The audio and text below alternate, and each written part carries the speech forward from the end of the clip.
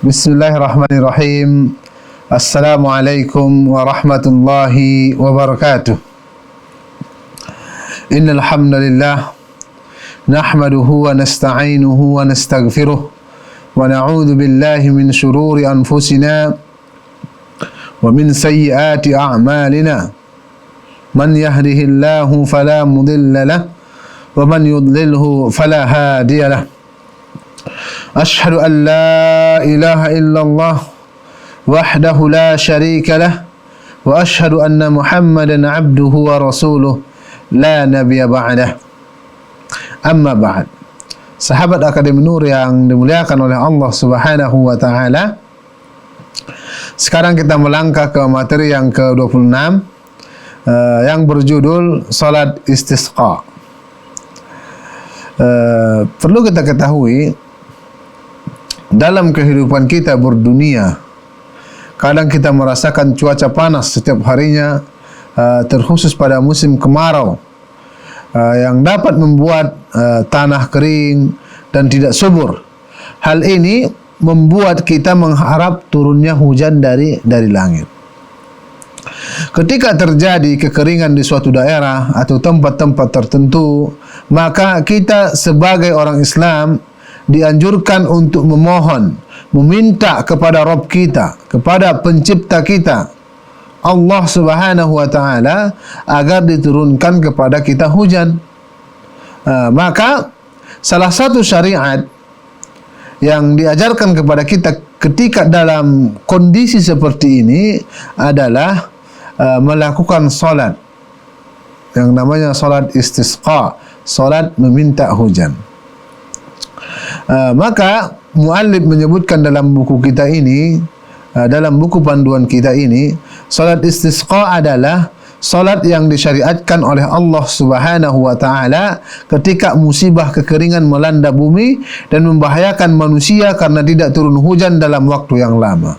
Di sini jelas, jadi salat istisqa itu disyariatkan bagi kita ketika kita merasa melihat kondisi kita, kondisi alam kita saat ini, umpamanya jarang turun hujan, kekeringan, tanah retak-retak, tumbuh-tumbuhan mengering atau mati, dan juga hewan ternak kita mati. Maka disyariatkan bagi kita dalam kondisi seperti ini adalah melakukan atau mendirikan solat istisqa. Solat istisqa hukumnya adalah sunnah muakkadah, sunnah yang dikuatkan, yang ditekankan. Dan tempat yang paling utama dalam pelaksanaan ini adalah di lapangan, sebagaimana solat Aid, sebagaimana solat Idul Fitri ataupun solat Idul Adha. Namun diperbolehkan bagi kita juga untuk melaksanakannya di dalam masjid. Abdullah, sahabat yang mulia Abdullah bin Zaid al-Mazini mengatakan, Anna Nabi sallallahu alaihi wasallam kharaja ila al-musalla fastasqa fastaqbala al-qiblata wa qallaba ridaahu wa shalla rak'atain. Artinya adalah, beliau mengabarkan kepada kita tadi, Abdullah al-Mazini, Nabi Muhammad sallallahu alaihi wasallam keluar menuju lapangan. Di sini disebutkan musalla. Musalla dalam bahasa Arab adalah artinya dia tempat solat yang luas, lapangan lah ya. Kemudian beliau meminta hujan kepada Allah Subhanahu wa taala dengan menghadap kiblat, kemudian membalikkan posisi selendangnya, maksudnya kainnya, serbannya ya. Lalu salat 2 rakaat. Hadis ini diriwayatkan oleh Imam Bukhari dalam kitab sahihnya. Jadi jelas salat istisqa ini kita lakukan 2 rakaat. Sebagaimana disyariatkan kepada kita ketika dalam kondisi yang kita sebutkan tadi. Kemudian bagaimana tata cara salat istisqa? Tata cara pelaksanaan salat istisqa sama seperti salat Aid. Biasa seperti salat 2 rakaat ya. Pada rakaat pertama bertakbir 7 kali. Salat istisqa ya, bertakbir 7 kali. Setelah itu membaca surah Al-Fatihah, kemudian dilanjutkan dengan membaca surah lain. Setelah membaca surat, maka melakukan gerakan solat seperti biasa, ruku', i'tidal, sujud dan seterusnya. Sama dengan solat Id, 7 kali takbir. Makanya boleh kita melakukan 7 takbir selain takbiratul ihram, atau 7 takbir bersama takbiratul ihram. Begitu juga pada rakaat kedua takbir 5 kali sebagaimana dalam solat Id. Setelah itu membaca surah Al-Fatihah, kemudian membaca surah lainnya yang mudah dibaca atau dihafal. Kemudian mengerjakan gerakan solat seperti biasa hingga salam. Jelas sebagaimana kita solat Id, yang membedakan hanyalah takbirnya ya. Takbir pertamanya takbir 7 kali rakaat pertama, kemudian rakaat kedua 5 kali. Kemudian setelah solat dilanjutkan dengan khutbah yang isinya berupa nasihat kepada seluruh kaum muslimin yang hadir untuk bertakwa kepada Allah Subhanahu wa taala, meninggalkan maksiat, memperbanyak istighfar, puasa dan juga sedekah. Jadi ketika kita solat istisqa ini, maka imam atau alim ulama yang mengimami kita pada saat itu dia berdiri khutbah, kemudian menasihati kaum muslimin agar senantiasa bertakwa, mendekatkan diri kepada Allah Subhanahu wa taala, menjauhi maksiat dan juga mentauhidkan Allah Subhanahu wa taala, jangan mensyirikkan Allah Subhanahu wa taala. Kemudian juga kita perbanyak istighfar, minta ampun kepada Allah Subhanahu wa taala karena kita banyak melakukan dosa, banyak melakukan maksiat ataupun melakukan hal-hal yang buruk. Dan kita juga dianjurkan banyak berzikir, bertasbih, dan juga kita dianjurkan juga berpuasa, dan juga dianjurkan bersedekah.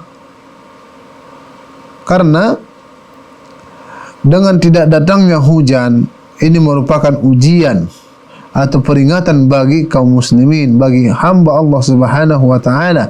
Jadi karena perbuatan kita, perbuatan maksiat kita, perbuatan dosa kita, maka Allah memperingatkan kita dengan tidak turunnya hujan beberapa lama, sehingga mengeringkan tanaman-tanaman kita, membunuh hewan kurban kita, dan juga kita kesulitan mendapatkan air, kekeringan dan panas yang terik.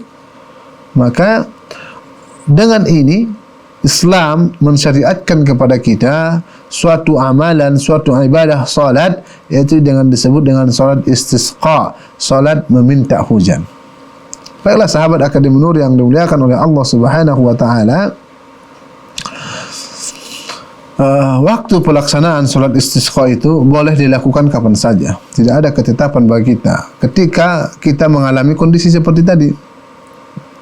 Adapun waktu yang paling utama dalam pelaksanaan salat istisqa sama seperti waktu pelaksanaan salat Id, yaitu setelah salat fajar, maksudnya setelah terbit matahari ya, bukan pada saat terbit matahari. Setelah terbit matahari beberapa lama, maka kita salat Id. Dan juga salat istisqa ini mirip dengan salat Id. Makanya para ulama mengatakan tidak ada ketentuan waktu tertentu kapan kita harus salat istisqa ini. Bisa pertengahan siang ataupun asar, akan tetapi yang paling afdal kita lakukan adalah sama pada waktu ketika melakukan salat Id. Kemudian Rasulullah sallallahu alaihi wasallam menjelaskan kepada kita dari Ummul Mukminin radhiyallahu anha, semoga Allah Subhanahu wa taala meridhoinya, kharaja Rasulullah sallallahu alaihi wasallam hina bada hajibus syams. Artinya Rasulullah sallallahu alaihi wasallam keluar menunaikan salat istisqa ketika matahari mulai terlihat. Matahari mulai terlihat berarti kalau matahari sudah terlihat, itu tandanya adalah sudah beberapa lama atau beberapa waktu atau beberapa menit matahari itu sudah terbit. Tidak pada saat matahari terbit. Jadi ini yang lebih afdal, yaitu waktu solat istisqa lebih afdal kita samakan dengan waktu solat Id. Untuk menentukan, di sini muallif mengatakan untuk menentukan pelaksanaan solat istisqa, hendaknya imam bermusyawarah dan membuat kesepakatan dengan masyarakat mengenai hari dan waktu pelaksanaan serta mengajak semua orang untuk hadir. Di sini jelas. Jadi seorang pemimpin, seorang imam yang sudah bersepakat untuk melakukan salat istisqa, seharusnya mereka bermusyawarah kapan waktu yang lebih tepat, waktu yang lebih pas untuk mengumpulkan masyarakat sehingga banyak orang menghadiri salat istisqa tadi. Kemudian ada doa-doa dalam solat istisqa. Dianjurkan, sangat dianjurkan dengan sungguh-sungguh dalam mengadahkan tangan ke langit. Sudah mengangkat tangan ke langit, mengadahkan tangan ke langit. Bahkan sampai nampak ketiak kita. Ini menunjukkan memang butuhnya kita kepada Allah Subhanahu wa taala. Karena beberapa hal ini dipraktikkan oleh Rasulullah sallallahu alaihi wasallam. Ketika istisqa, umpamanya Rasulullah berdoa mengangkat tangannya seperti ini dan meminta Allahumma asqina, Allahumma asqina, Allahumma asqina. Ya Allah, turunkanlah hujan kepada kami. Ya Allah, turunkanlah hujan kepada kami. Ya Allah, turunkanlah hujan kepada kami. Dalam doa yang lain yang juga ma'thur yang datang dari Rasulullah sallallahu alaihi wasallam, Allahumma aghithna, Allahumma aghithna, Allahumma aghithna. Artinya juga sama. Ya Allah, turunkanlah hujan kepada kami, turunkanlah hujan kepada kami, turunkanlah hujan kepada kami. Dan juga dalam doa yang lain Rasulullah juga menyebutkan Allahumma asqina ghaithan mughithan muri'an nafi'an ghaira dharrin ajilan ghaira ajil. Artinya, ya Allah, turunkanlah kepada kami hujan yang lebat, yang terus menerus, yang memberikan manfaat serta tidak membahayakan, yang datang dengan segera dan tidak tertunda. Ini doa Rasulullah SAW. Kita minta kepada Allah hujan yang lebat, terus menerus, tapi hujan itu bermanfaat, bukan membahayakan kita. Yang bermanfaat bagaimana? Hewan ternak kita kembali hidup dan juga beranak, berkembang biak. Begitu juga tumbuh-tumbuhan kita kembali subur, kembali bagus dan tidak layu. Begitu juga sumur-sumur kita kembali mengeluarkan air yang jernih, bersih. Ini yang namakan bermanfaat. Ghairu dar, tidak membahayakan. Maksudnya kita minta hujan terus menerus, tapi tidak membahayakan. Maksudnya apa yang membahayakan? Kalau hujan terus menerus bisa membanjiri rumah kita atau merusak rumah-rumah kita, membunuh hewan ternak kita, bahkan pepohonan berjatuhan dan sebagainya. Jadi kita mintalah doa yang bermanfaat untuk kita. Kemudian juga di antara doa Rasulullah sallallahu alaihi wasallam, Allahumma asqinal ghaitha wa la taj'alna minal qanitin. Ini sering kita dengar para khutbah, para khatib di hari Jumat, mereka mendoakan ini, Allahumma asqinal ghaitha wa la taj'alna minal qanitin. Ya Allah, siramkanlah kepada kami hujan yang bermanfaat dan janganlah Engkau jadikan kami termasuk orang-orang yang berputus asa. Bagaimana itu? Adalah kita meminta kepada Allah Subhanahu wa taala agar diturunkan hujan, dan juga kita meminta agar kita tidak dijadikan orang-orang yang berputus asa. Betapa banyak orang berputus asa ketika hujan jarang turun, panas terik, hewan-hewan ternaknya mati, tumbuh-tumbuhannya juga mati, apa yang ditanam tidak hidup. Jadi mereka berputus asa, tidak ada harapan. Tapi orang-orang yang beriman, kita mukmin, senantiasa menggantungkan harapan kita kepada Rabb kita, kepada pencipta kita Allah Subhanahu wa taala. Ketika kita mengalami kondisi seperti ini, umpamanya kondisi yang mencekam, sulit air, sehingga tumbuh-tumbuhan kita, pertanian kita tidak ada yang hidup, atau bahkan merugi dengan kerugian yang sangat besar, maka kondisi seperti ini kita disyariatkan sebagai umat yang beriman, umat Islam, untuk melaksanakan suatu ibadah, suatu ritual ibadah, yaitu solat istisqa, solat meminta hujan kepada Allah Subhanahu wa taala. Dan sangat dianjurkan kepada kita untuk senantiasa ketika berdoa ini kita angkat tangan kita tinggi-tinggi sebagaimana dilakukan oleh Rasulullah sallallahu alaihi wasallam. Ini menunjukkan memang kebutuhan kita, kelemahan kita di hadapan Rabb, di hadapan pencipta kita Allah Subhanahu wa taala. Baiklah sahabat Akademi Nur yang dimuliakan oleh Allah Subhanahu wa taala. Di sini ada beberapa catatan yang perlu kita sebutkan dan juga kita sampaikan. Yang pertama adalah istisqa itu adalah kata berasal dari bahasa Arab yang artinya adalah meminta hujan. Ada 3 macam cara yang bisa dilakukan sebagaimana disebutkan dalam kitab Raudhah At-Talibin jilid 1 halaman 601. Istisqa ada 3 macam. Disebutkan dalam buku itu ada istisqa 3 macam ya. Yang pertama, berdoa tanpa solat dahulu. Maksudnya kita berdoa meminta Allahumma aghithna, Allahumma aghithna, Allahumma aghithna. Tapi tidak solat. Maksudnya tanpa solat terlebih dahulu, baik sendiri atau bersama-sama. Cara ini adalah tingkatan paling rendah. Ini tingkatan paling rendah. Jadi setiap orang bisa melakukannya. Jadi ketika dia mengalami kondisi seperti ini, kita berdoa, ya Allah turunkanlah hujan kepada kami, turunkanlah hujan kepada kami. Kita angkat tangan tinggi-tinggi. Kemudian yang kedua, bentuk yang kedua adalah berdoa pada akhir solat dan pada saat khutbah Jumat. Cara ini merupakan tingkatan pertengahan. Ini sebelum kita melaksanakan solat umpamanya, kita sudah mengalami kondisi seperti ini, kita banyak berdoa pada akhir solat. Ketika sebelum salam, itu adalah salah satu mauzinnah atau tempat dikabulkan doa. Sebelum kita salam, fi duburi kulli shalah, di akhir setiap solat kita perbanyak berdoa. Ketika sebelum salam kita bertasahud begini, setelah membaca tasahud, salat kepada Rasulullah sallallahu alaihi wasallam, kita membaca banyak doa. Minta apa saja.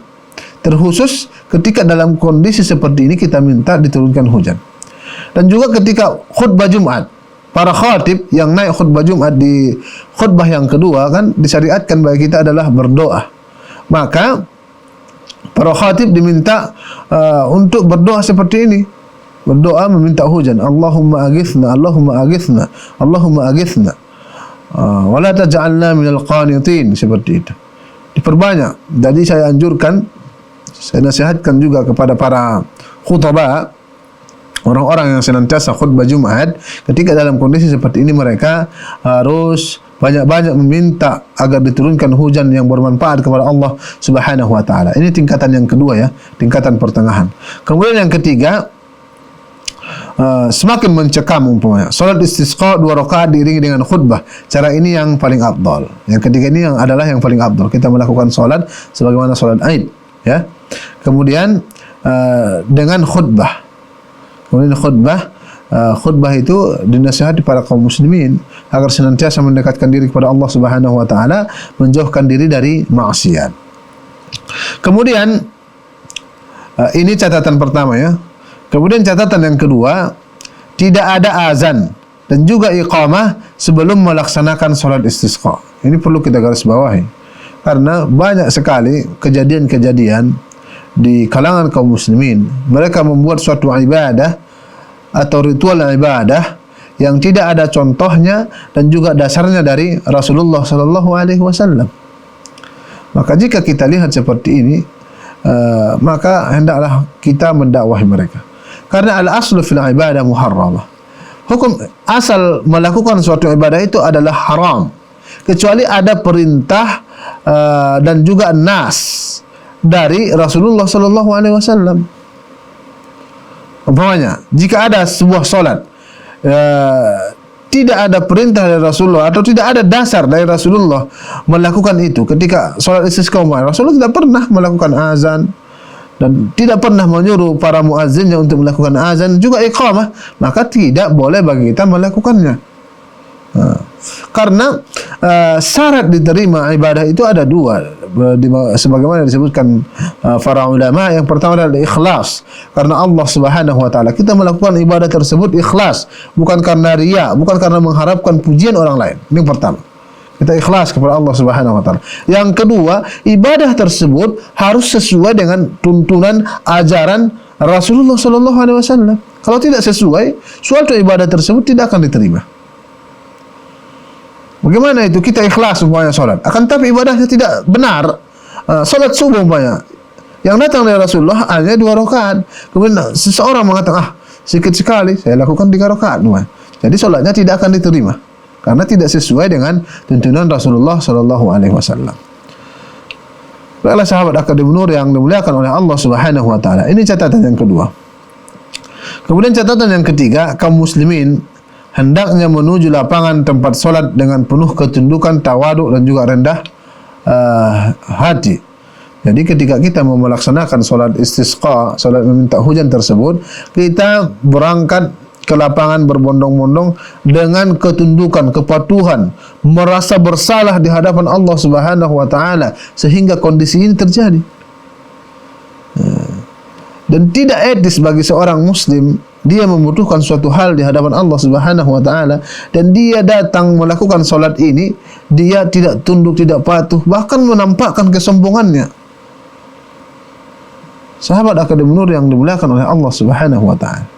Jadi seorang muslim yang mau ikut salat istisqa bersama kaum muslimin, dia harus menampakkan ketundukan, kerendahan hati dan juga tawadu, menampakkan kebutuhannya, kelemahannya di hadapan Allah Subhanahu wa taala. Baiklah sahabat Akademi Nur yang dimuliakan oleh Allah Subhanahu wa taala, ini mungkin yang dapat kita sampaikan sebagai rangkuman adalah salat istisqa adalah salat meminta hujan. Ketika kita mengalami kondisi paceklik, umpamanya musim kemarau yang sangat panas, maka disyariatkan bagi kita untuk salat istisqa. Tata caranya adalah sama dengan tata cara salat Id, baik Idul Fitri ataupun Idul Adha, yaitu yang rakaat pertama 7 takbir, rakaat kedua adalah 5 takbir. Kemudian doa-doanya adalah sangat banyak, maka dianjurkan bagi kaum muslimin untuk menghafalnya. Allahumma asqina, Allahumma asqina, Allahumma asqina. Ini salah satu, atau Allahumma aghithna, Allahumma aghithna, Allahumma aghithna. Artinya sama, yaitu ya Allah turunkanlah hujan kepada kami, turunkanlah hujan kepada kami. Atau Allahumma aghithna al-ghaith, Allahumma asqina al-ghaith, Allahumma asqina al-ghaith wa la taj'alna minal qanitin. Banyak doanya. Jadi bagi kaum muslimin untuk senantiasa menghafal doa ini. Kalaupun mungkin tidak bisa bahasa Arab, maka boleh dilafazkan dengan bahasa Indonesia. Ketika kita berdoa sebelum melakukan salat atau ketika khutbah Jumat dan sebagainya. Kemudian rangkuman yang selanjutnya adalah dalam salat istisqa ini, meminta hujan ini, tidak ada azan dan juga tidak ada iqamah. Jadi tandanya dimulai salat itu bagaimana? Yaitu takbirnya seorang imam, Allahu Akbar. Ketika seorang imam bertakbir, maka disitulah sudah mulai salat. Baiklah sahabat Akademi Nur yang dimuliakan oleh Allah Subhanahu wa taala, kita berdoa kepada Allah Subhanahu wa taala agar apa yang kita pelajari dan apa yang kita dapatkan dimudahkan bagi kita untuk mengamalkannya, mendakwahkannya, dan juga mengajarkannya kepada orang lain. Dan juga kita berdoa kepada Allah Subhanahu wa taala, jika ada di antara kita yang memiliki masalah dalam perekonomian, dalam keuangan, dimudahkan oleh Allah Subhanahu wa taala masalahnya. Dan juga jika ada di antara kita yang memiliki sakit yang parah atau tidak parah dan sulit disembuhkan, kita berdoa agar Allah Subhanahu wa taala menyembuhkannya. Jika ada di antara kita yang sudah tidak memiliki kedua orang tua atau salah satu di antara keduanya, kita berdoa semoga Allah Subhanahu wa taala melapangkan kuburan mereka, menjadikan kuburannya sebagai kuburan yang luas, kuburan seperti taman-taman di surga, menyenangkan dan tidak seperti bara dari bara api neraka. Jadi ini yang dapat saya sampaikan. Saya tutup dengan doa kafaratul majlis. Subhanakallahumma wa bihamdik, asyhadu an la ilaha illa anta, astaghfiruka wa atubu ilaik, wa akhiru da'wana anil hamdulillahi rabbil alamin. Assalamualaikum warahmatullahi wabarakatuh.